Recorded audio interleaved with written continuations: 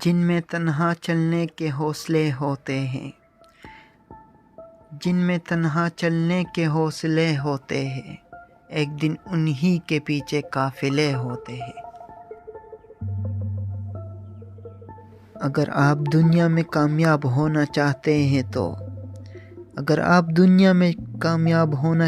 ہیں تو پہلے ناکامی کا استقبال کرنے کا حوصلہ پیدا کریں۔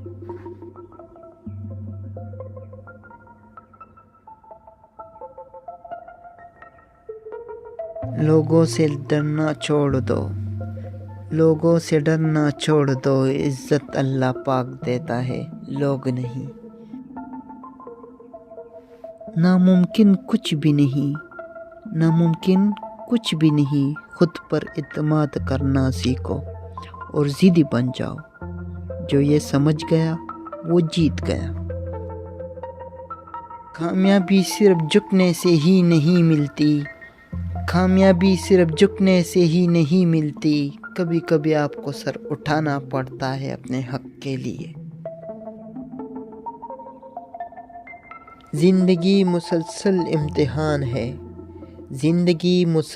امتحان ہے، یہاں 10 بار گرنے کے بعد 11ویں بار اٹھ جانے کا نام کامیابی ہے۔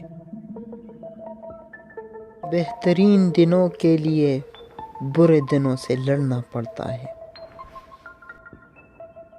اس دن تک محنت کرو جب تمہارا دستخط آٹوگراف کہلایا جائے۔ زندگی بھی ریت ہے، ہار کے بعد ہی جیت ہے۔ کچھ نہیں ملتا اس دنیا میں محنت کے بغیر، مجھے اپنا سایہ بھی دھوپ میں جانے کے بعد ملا۔